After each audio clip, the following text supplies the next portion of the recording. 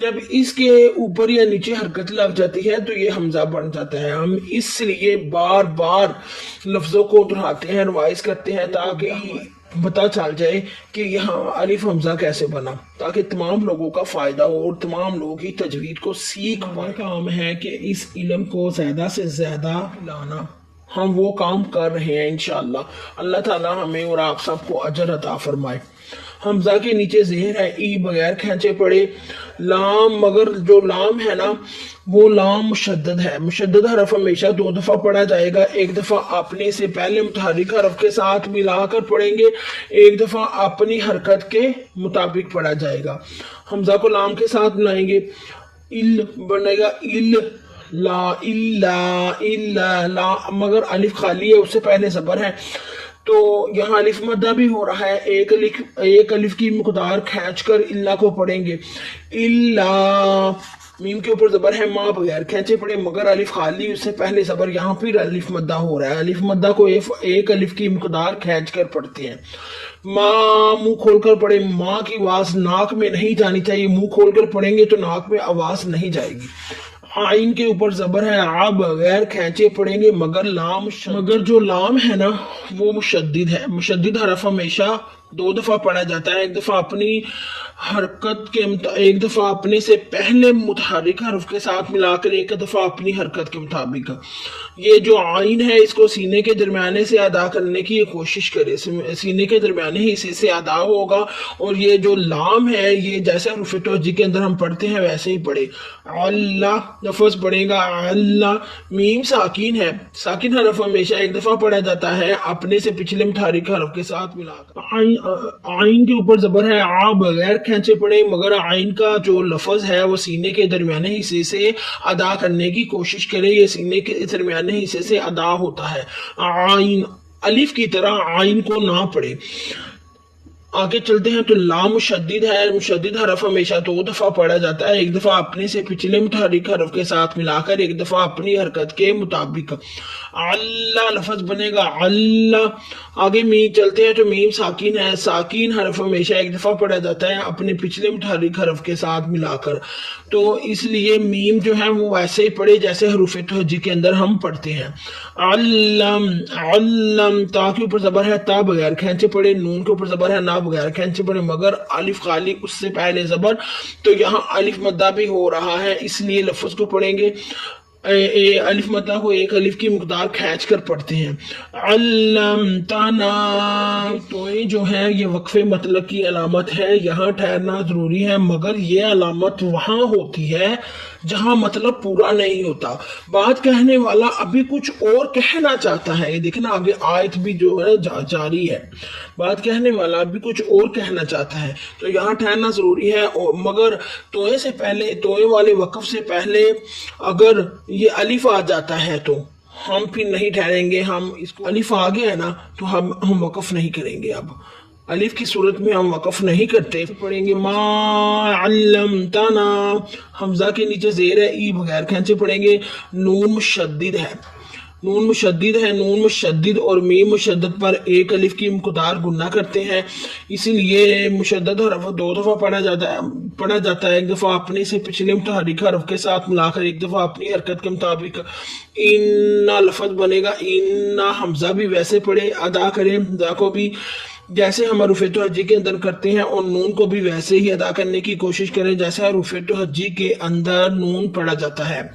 آگے چلتے ہیں تو کاف جو ہے یہ کاف باریک ہے، اس کو باریک ہی پڑھنا ہے. کاف کے اوپر زبر ہے، کا بغیر کھینچے پڑھے، اور کاف کو باریک ہی پڑھنا ہے، موٹا نہیں کرنا. یہ دوسرا کاف ہے، 2 نقطوں والا کاف موٹا ہوتا ہے بس، اس کے علاوہ ڈنڈے والا اور یہ والا کاف دونوں جو کاف موٹے نہیں ہوتے. ان کا کے اوپر زبر ہے، آ بغیر کھینچے پڑے مگر نون ساکین ہے. ساکین حرف ہمیشہ ایک دفعہ پڑھا جاتا ہے اپنے سے پچھلی متحرک حرف کے ساتھ ملا کر. ان لفظ بنے گا ان. ان حمزہ کو ویسے پڑھے جیسے حروف توجیہ کے اندر ہم پڑھتے ہیں، نون کو بھی ویسے ہی پڑھنا ہے جیسے حروف توجیہ کے اندر پڑھتے ہیں.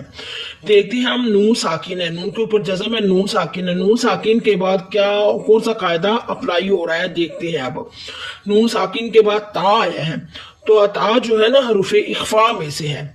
نون ساکن کے بعد نہ تو حروف جر معلوم میں سے کوئی لفظ آیا پھر ادغام ہو جانا تھا، نون ساکن کے بعد نہ تو حروف حلقی میں سے کوئی لفظ آیا پھر اظہار ہونا تھا، اظہار پر گننا نہیں کرتے، ادغام پہ تو کرتے ہیں۔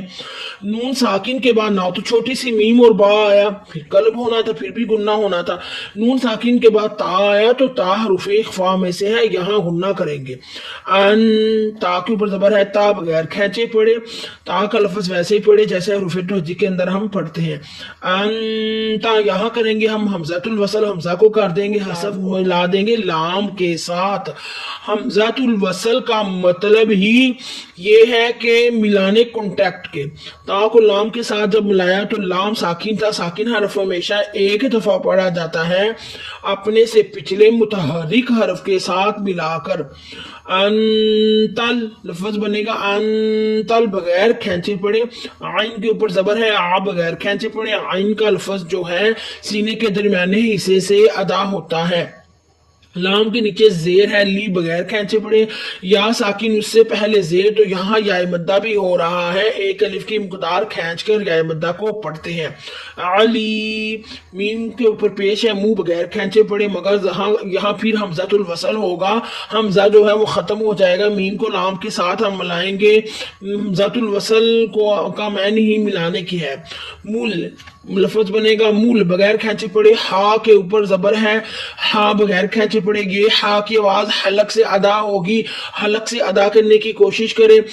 ہا کے اوپر زبر ہے، ہا بغیر کھینچے پڑے، کاف کے نیچے زیر ہے، کی بغیر کھینچے پڑے، یہ کاف باریک ہے ڈنڈے والا، اس کو باریک ہی پڑھنا ہے، نقطوں والا جو کاف ہوتا ہے اس کی طرح اس کاف کو ادا کرنے کی کوشش نہیں کرنی ورنہ میننگ چینج ہو جائے گا۔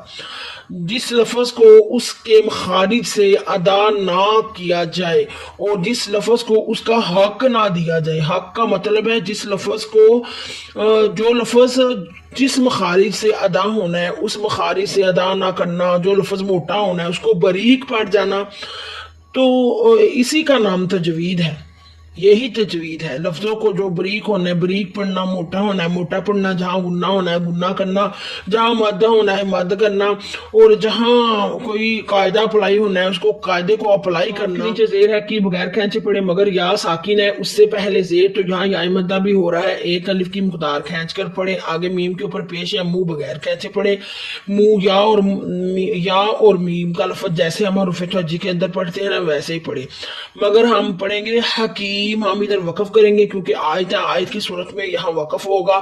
آیت کی صورت میں جب وقف ہوتا ہے تو جو وقف سے پہلے والا لفظ ہوتا ہے نا، یہ والا وقف سے پہلے والا لفظ میم ہے، اس کی جو پیش ہے وہ ختم ہو جائے گی، یہ لفظ ساکن بن جائے گا۔ یہاں ہو رہا ہے مد عارض، مد عارض کو 2 4 یا 6 حرکت تک کھینچ کر پڑھتے ہیں۔ انت العلیم الحکیم، حرکت جو ہوتا ہے نا وہ سیکنڈ ہوتا ہے۔ امید کرتے ہیں کہ آج کے سبق کی آپ کو بڑے اچھے طریقے سے سمجھ آئی ہوگی، دیکھیں اور تجوید کو سیکھیں اور آگے بھی پھیلائیں، جتنا بھی پھیلائیں گے صدقہ جاریہ ہے، ثواب کی نیت سے زیادہ شیئر کرنے کی کوشش کیا کریں۔ سبحان ربک رب العزت عما یصفون وسلام علی المرسلین والحمد للہ رب العالمین۔ بہت شکریہ، خدا حافظ۔